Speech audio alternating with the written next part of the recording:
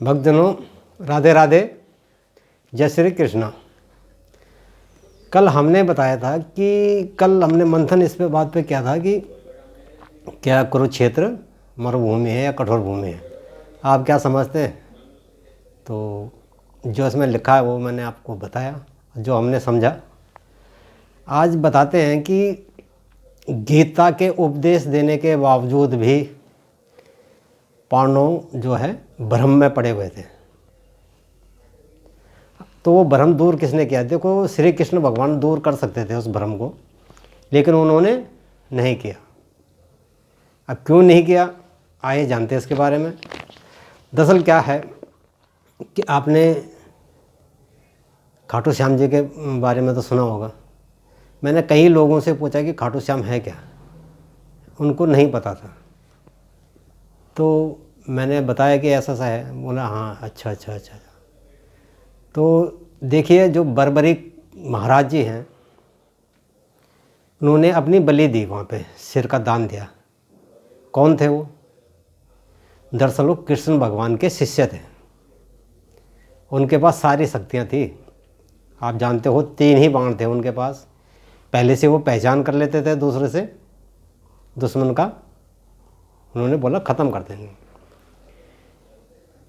तो एक चीज़ रह गई थी। देखिए, भगवान सबको सब कुछ नहीं देता, वो भगवान के पास ही रहता था। उन्होंने जब पूछा गया कि आप लड़ोगे किसकी तरफ से, तो उन्होंने ये बोला था कि जो हारेगा। अब जब कृष्ण भगवान को पता था हारना तो अधर्म की वो होनी है, हार तो फिर वो उसमें उन्होंने लीला रची अपना, जो शीश दान दिया था उन्होंने। तो अंत में जब इनकी मीटिंग हो रही थी, इनका वार्तालाप हो रहा था पांडवों का, कि एक अर्जुन कह रहा है कि मैंने जीता, इतने दिन में ये किया, मेरी वजह से जीत हुई। भीम अलग कह रहे थे, सहदेव अलग कह रहे थे, नकुल अलग कह रहे थे, युधिष्ठिर अलग बोल रहे थे। तो इसमें श्री कृष्ण भगवान उनको ले गए बर्बरिक जी का, जहाँ पे सिर रखा हुआ था, जहाँ से वो युद्ध देख रहे थे। तो हुआ क्या, उन्होंने पूछा भाई आप बताइए युद्ध में हुआ क्या।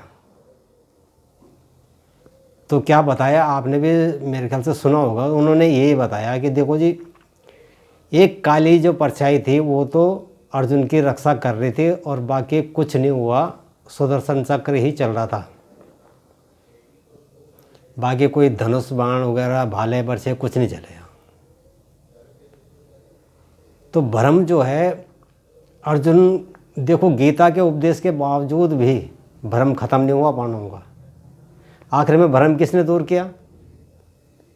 जो भगवान कृष्ण के शिष्य हैं।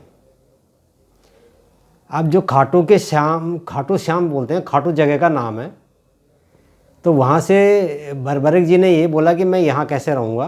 तो उन्होंने कहा जाओ आप, खाटू में एक जगह है खाटू, जहाँ खाटू श्याम है, तो वहाँ पे आप प्रवास कीजिए और मेरे नाम से आप जाने जाओगे। भक्तजनों, वो खाटू के श्याम हैं। तो कृष्ण भगवान ने उनको अपना नाम दिया, बहुत सारे लोग जानते नहीं थे। देखिए, यहीं पे भ्रम की स्थिति जो होती है, मेरा आग्रह आपसे कि भ्रम में ना पड़ें। जब भी कहीं भी कोई सत्संग या वो कहीं जाते हो तो भ्रम की स्थिति में ना रहें, क्योंकि यहाँ कोई भी चीज़ गलत नहीं है। सब सत्य को स्थापित करने के लिए हुआ है और उसमें जो जिन लोगों का भी योगदान है। देखिए, भीष्म पितामह भी तो थे ना, क्या वो अधर्मी थे? नहीं, अधर्मी नहीं थे। तो कल भी मैंने बताया था, जैसे जिनको ये बदला था कि राम जी आएंगे आपके घर आते हैं। देखिए, उनके पास कौन गया? श्री कृष्ण भगवान गए। यहाँ पे एक बहुत अच्छी बात यह है कि लोग बात का बतंगड़ बना देते हैं। उन्होंने कहा था कि एक श्याम सुंदर, एक कृष्ण भगवान, आप मेरी बेटी से शादी कर लो। अब बहुत सारे लोग तो भ्रम में पड़ जाएंगे। मैं इसीलिए कहता हूँ भ्रम खत्म करिए, भ्रम में ना पड़िए।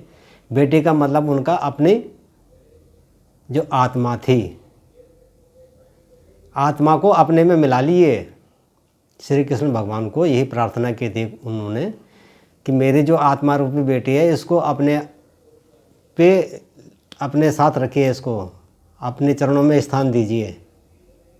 और इसीलिए उन्होंने बाणों की सया में इतने दिन गुजारे थे, क्योंकि आपको पता होगा उन्होंने एक सांप को फेंका था कांटों में।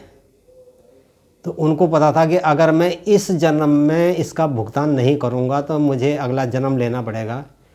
इसलिए वो 18 जितने दिन भी वो बाणों की सया पे रहे, इसलिए रहे कि यहाँ आना नहीं है, दोबारा जन्म नहीं लेना है।